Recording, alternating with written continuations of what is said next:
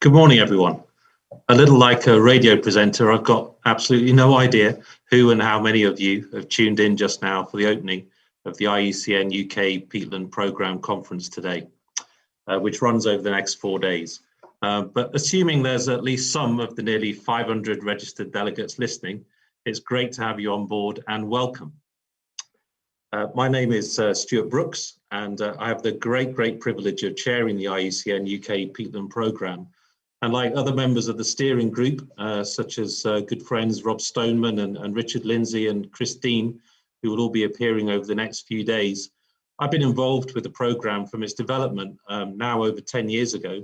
And in fact, this is the 10th annual programme conference. These conferences have been really important opportunities for the peatland community to take stock of progress, share new ideas, challenge each other and collaborate. When we're not in the midst of a global pandemic, they are a physical manifestation of one of the core and enduring purposes of the programme, which is to help support the peatland community and connect the policymakers, the practitioners and academics for the benefit of peatland conservation, science and restoration. Every year we have seen our audiences grow, which I think is an indication of two things. Firstly, that we are doing something right within our programme and these conferences to make people feel that they are worthwhile to contribute to and attend. What do they say? Build it and they will come. Perhaps the usual offer of a conference ale is another factor, who knows? And I don't think there's a conference ale this year. And we haven't quite worked out the logistics of distribution, but I'm sure you can find your own tipple. Secondly, and more importantly, that the subject matter is being seen as relevant. None of you need convincing of that, but within my career lifetime, we have gone from explaining what a peatland is to explaining and convincing people of its importance beyond its particular environmental quirks, to what it is now, a pretty mainstream acceptance that peatlands are one of the most important ecosystems and contributors to addressing the dual crises of climate change and biodiversity loss. This conference is entitled From Strategy to Action, and we really are beginning to see that action taking place in terms of policy commitments at the global as well as country scale, and with restoration action on the ground, and that's really the critical thing. Whilst there is still so much more to do to achieve climate and biodiversity targets, which are at a pivotal stage right now, we want to use this conference to demonstrate what action is taking place and how investment in peatland restoration is one of the best nature-based solutions out there. This is ably demonstrated by the Welsh Sustainable Peatlands Management Scheme, who are our partners here for this conference. So a very warm croeso from our Welsh partners, who will be hearing from more later on in the conference. Nobody predicted a global health emergency, but it's been very apparent in our individual experiences of dealing with that, the power of nature in sustaining ourselves. Those lucky enough to have access to nature in a garden or local green space know just how essential it has been.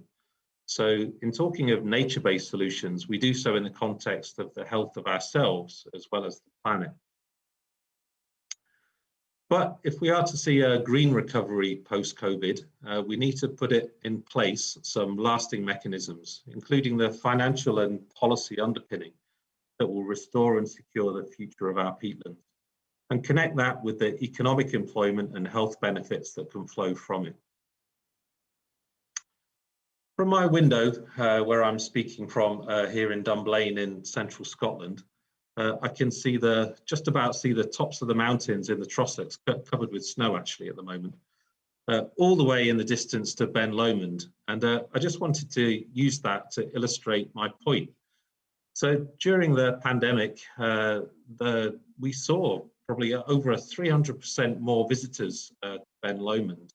Ben Lowland is owned by an organisation I work for, the National Trust for Scotland. And working in partnership with the Scottish Government Peatland Action scheme, and hundreds of thousands of pounds have been spent employing skilled local contractors to restore peatlands from the lower slopes to near the summit, damaged through historic overgrazing and drainage and burning, which is a kind of common story really in Scotland. And if you flip over to the notice board on the conference platform, you'll see a picture that I took just kind of towards the summit of Ben Lomond, so you can see what I'm talking about. So one of Scotland's most iconic and popular mountains is sustaining us and helping us all to prosper. And it's great actually that it's happening all around us. It really is fantastic to see. So Scotland and the other nations which make up the United Kingdom should, I think, be really proud of what they've achieved already. And I'm hopeful that with COP26 taking place in Glasgow next November, we will be able to showcase our achievements and demonstrate that with political will, with scientific knowledge and practical ability, we can scale up peatland restoration to the level required to make the necessary difference to not only begin to halt the damaging carbon emissions from our degraded peatlands, but also to begin the process of recovery through sequestration and all the other benefits which flow from that, such as biodiversity and flood mitigation and habitat connectivity. So over the next 4 days, the conference will provide a forum for delegates to explore what strategic and political actions are being developed across the 4 countries to support peatland conservation and management goals. What are the peatland goals for biodiversity and climate targets post-2020? Where, when, why, and how are our peatlands' extent and condition being assessed? How are national and regional strategies translated into effective action programs? And how can we scale up funding and finance and training to support delivery at scale, which is kind of really a crucial underpin. So today's sessions will include our annual roundup of actions across the 4 UK nations, followed by a look at peatland conservation progress more internationally with examples from Southeast Asia and Europe, as well as an update on international climate change and biodiversity policy. Hopefully you will have all discovered the conference platform by now and what it has to offer. You can see who's attending and make contact with them. You can find out about some of the organisations presenting and working in the field at the exhibitors area, and get involved in a conversation in the drop-in area and post a picture or anything you like on the notice board. I was the first one up, but I've seen that Clifton and Emma have posted some nice stuff on the notice board, so drop in and have a look and post something yourself. I know this is different, but there are some advantages to this platform too. You can have what you like for lunch. You get to sleep in your own bed at night, and you can probably duck out and collect your Amazon parcels when the doorbell rings. So not all bad. Anyway, let's begin. So I'd like to introduce and thank the Minister, Rebecca Powell, who's the Parliamentary Undersecretary for the Department for the Environment, Food and Rural Affairs. And the Minister is giving a pre-recorded speech to set the scene from the context of our own areas of responsibility. We're then going to be moving over and hearing from Dr. Emma Goodyer, the IUCN UK Programme Leader, who's going to be giving us an overview of the UK Peatland Strategy. We'll then have a short break, and we'll be hearing after the break from our representatives from our 4 nation governments. And there'll be an opportunity then at that point for a panel Q&A hosted by Clifton Bain. So without further ado, please enjoy the conference. Good morning, everybody. And I'd really like to thank the International Union for the Conservation of Nature UK Peatland Programme for their invitation to speak at this annual conference this year, and for your continued efforts promoting the restoration of peatlands. Firstly, I must stress the publication of the England Peat Strategy, and I'm sure that has not escaped your notice that we haven't published it yet, but I can give assurances that a great deal of work has been going on the strategy, and also I can give assurances that it really will be published imminently. We've received some really useful and constructive feedback on the proposed high-level commitments, and we've fed these into the strategy. And this will set the direction for the restoration of our degraded peatland, the reduction of further degradation through sustainable management where appropriate, and the protection of peat from damaging threats and practices. And I know many of you have fed in to that strategy, and I thank you for that. The strategy will include plans to speed up progress in phasing out the use of horticultural peat in England. This not only protects the UK peat bogs, but also the wider European environment, recognising that actually 2/3 of the peat sold in the UK is imported from the rest of Europe.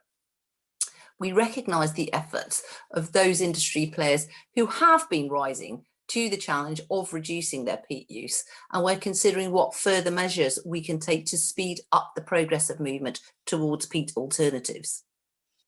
We fully recognise the need to halt the degradation of our agricultural lowland peat, which is responsible for the vast majority of peatland emissions in England. And we have announced the Lowland Agricultural Peat Task Force to address this issue. The task force will recommend solutions which aim to both protect the carbon stored within lowland peat and ensure profitable agriculture can continue for decades to come. It will build on the Natural England pilots and research projects sponsored by DEFRA to recommend sustainable management solutions tailored to England's different peat regions.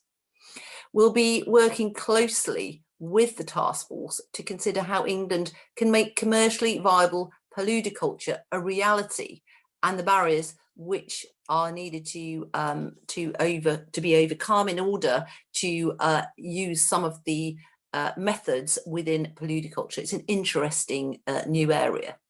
And I was very pleased to announce on World Soils Day on Saturday that Robert Caldwell, Chair of the Association of Drainage Authorities, will be chairing the task force, and further membership will be announced soon, and the task force will be having its first meeting in January. Over the past 3 years, we've allocated £10 million to deliver approximately 6,000 hectares of peatland restoration for projects in England, and I was delighted that the Chancellor announced in March England's biggest ever investment in peat and tree planting through £640 million for the Nature for Climate Fund. And our Nature for Climate Fund and environmental land management schemes will enable us to further support the protection and restoration of our peatlands as set out in the strategy. And we will use a proportion of this to restore 35,000 hectares of peatland. This represents a really significant step change in current levels of investment and action in peatland restoration. And our agricultural policy, our new agricultural policy, will also help to support projects delivering the capital required to achieve re-wetting of land, along with maintenance payments to ensure its protection for the future. We're also exploring how conservation covenants to be introduced under the new Environment Bill will link to these incentives, and we're keen to ensure the longevity of the habitats that we rebuild. I'm keen to ensure that our funding unlocks, rather than crowds in, or crowds out, I should say, a potential for private financing. Private companies continue to pledge to reduce and capture carbon emissions, and I welcome this commitment towards our UK net zero target. Our key mechanism for encouraging private finance into peat restoration in the UK is the Peatland Code. We're working with IUCN UK Peatland programme to invest in the Peatland Code's improvement and advancement. And in support of this, we're joint funding initiatives with Nature Scott, including the recently launched UK Land Carbon Registry, a shared registry for the Peatland Code and the Woodland Carbon Code schemes. It's more important now than ever that we have a green recovery following the impacts of COVID-19, and this government is committed to acting now to protect our peatlands from further degradation and investing in their restoration. This will mean that they're resilient to further weather the impacts of climate change and will begin to contribute towards our net zero targets sooner. Finally, I would like to express my gratitude to our key stakeholders for their valued engagement with us on England's peat strategy, as I said at the beginning, and we shall continue to work with everyone as we progress our plans to protect and restore our precious peatlands. Thank you very much. Hi, my name's Emma Goodyer and I'm Programme Lead for the IUCN UK Peatland Programme. The purpose of this session is to give an overview and update on the UK Peatland Strategy. So the whole theme of this conference is strategy to action, and the UK strategy is now more relevant than ever as we formally exit the EU next month. We've got the solutions clearly mapped out and activity on the ground is underway.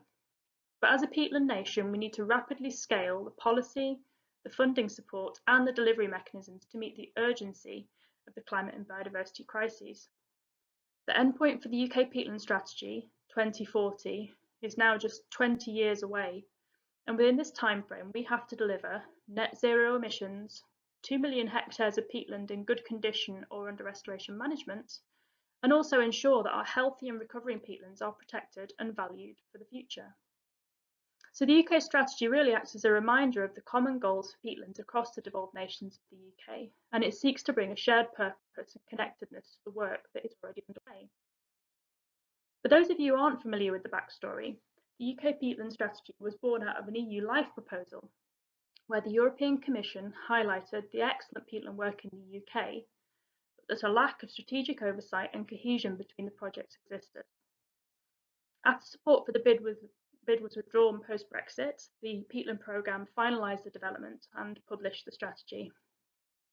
So the strategy really distills global recommendations for strategic action on peatlands, and these come from the United Nations FAO and Wetlands International and Ramsar, and distills them into 6 specific UK-focused goals.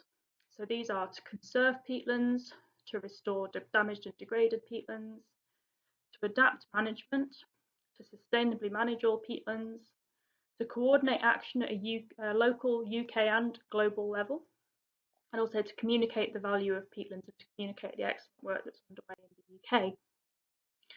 So how does the strategy sit alongside the country level activity? So UK strategy is really advocating for an overarching UK-wide reporting and monitoring framework, which remains mandatory for some European and international agreements. So we've got greenhouse gas accounting under Paris, and there remains reporting duties under articles for protected habitats and species as well. So the strategy itself provides some UK-specific milestones and targets for each of the 6 goals I just mentioned. Now, alongside the UK strategy sit the complementary country-level action plans, and you'll hear a bit more about those in the next session. So these align really closely with the UK strategy and advise for the effective implementation within each country's political, cultural and physical landscape and the challenges that these pose. So in turn, peatland policies and targets help to firm up political will and enforce the aspirations set out in the country level action plans, and many of these policies have specific targets. Peatland policies then also help to bring in and secure funding for peatland restoration, which will be a mix of public and private. So each of the 4 countries are making excellent progress in furthering peatland conservation, and we'll hear more about this in the next session. But there are still a number of areas which we see as needing attention across the board. The first one has been a strategic approach to policy. So damage to UK peatlands is so widespread, and there remain a number of threats which are a result of unclear or inconsistently applied policies. So just as some examples, ongoing peat extraction, new drainage that we're seeing going in to improve the class of agricultural land to receive increased payments, still issues with overgrazing, impact infrastructure and development through issues with the planning regulations, and also tree planting, both new planting and restocking, as we see forest management plans coming to an end. Now, some of these conflicts are driven by area-based land use targets, and I think we need to think more strategically to consider the right actions for the right place and to assess the reality of existing targets, balanced against the needs of this new era that's post-pandemic and also in the midst and framing of the urgency created by the climate and the ecological crises. Then there's also funding. So achieving the scale and structures of funding to enable efficient delivery of peatland restoration still poses a real challenge, and we need to look to secure longer-term packages of funding and work towards achieving a balance between public and private investment. So the UK still lacks an incentive for landowners to maintain healthy peatlands in good condition, and we really need to remedy this to ensure that the positive effects of our investment in restoration now isn't reversed. Then there's also monitoring and reporting. So monitoring and survey is really essential to reinforce the evidence of benefits from sustainable peatland management that we all know, and to help secure additional public and private funds, allowing progress against the multiple goals of the strategy to be assessed. So there's international recognition of the need for a green recovery and increased prominence of nature-based solutions to environmental and economic problems. But the role of peatlands as a prime example within this needs good examples and illustrations of the benefits for carbon, for water, for biodiversity, and for the economy. So the question to really ask is, are we as a peatland community quantifying these benefits effectively to enable us to demonstrate peatland's key role? And I hope this is a question that we'll continue to come back to throughout the conference. And finally, what is the role of the Peatland programme in helping to support and deliver the goals and targets of the UK strategy? So really this slide just contains a few examples of our ongoing work, and I hope that you'll take the opportunity to speak to any of the team as we move throughout the conference and find out more about what we're doing. But obviously we've had to adapt our delivery slightly this year, but we continue our convening role across the UK. It's wonderful to see you all joining the UK IUCN UK Peatland Programme Conference this year. So we've adapted to continue to facilitate networking and knowledge sharing. And with COP26 being a really big focus for next year, we're working to keep peatlands firmly on the climate agenda by pursuing peatland-focused events at the COP, so ensuring a global platform for UK projects to showcase their work. And if the UK is to provide leadership and good practice examples to other nations, we need to really make sure our policies and funding proposals are in place, or certainly well advanced, before the end of 2021. As a programme, we also consider our broad policy advocacy role in making the scientific evidence available and accessible through a series of videos and position statements. So you'll see here there's a recent burning on blanket bog video and a recent position statement on peatlands and trees. And we also have the ongoing development and management of the Peatland Code, which is demonstrating that there is an investment appetite for supporting peatland restoration. Our work on training and monitoring initiatives, such as Eyes on the Bog, is also helping to fill in long-term data gaps for UK peatlands. So in the session following this one, we'll hear reports from each of the 4 nations about their work to support and implement the goals and targets of the UK Peatland Strategy. Thank you for listening, and I look forward to answering any questions at the end of the next session. Okay, thank you very much, Minister, from your kitchen. And I know many people are eagerly anticipating the publication of the England Peat Strategy, which you heard it here now, is coming out imminently. Thanks also to Emma, our programme leader, for the very useful reminder of the UK strategy. That's certainly kind of useful context for the UK 4-nation presentations coming up after a short break, and also for a kind of very helpful, I think, reminder of some of the major initiatives and activities of the programme itself. So one thing that we learned in the kind of final putting together of the programme is that people are very efficient, and you don't get that kind of dead time in between presentations, people kind of walking up and fiddling around and trying to get the slides working. So there is likely to be a couple of little gaps through the programme as we go through today. But the other thing I think we've all learned during lockdown is that staring into a screen for long periods of time is very, very tiring. So there are a couple of useful gaps within the programme. So rather than kind of pushing things together and compressing it, we've decided to kind of stick with the scheduled programme. So the next sequence, if you like, will start at 11 AM. So there will be a gap now between then. So go and make a cup of tea, let the dog out, or do what you need to do. Go and check your emails, and then we'll see you back here at 11. Okay. you.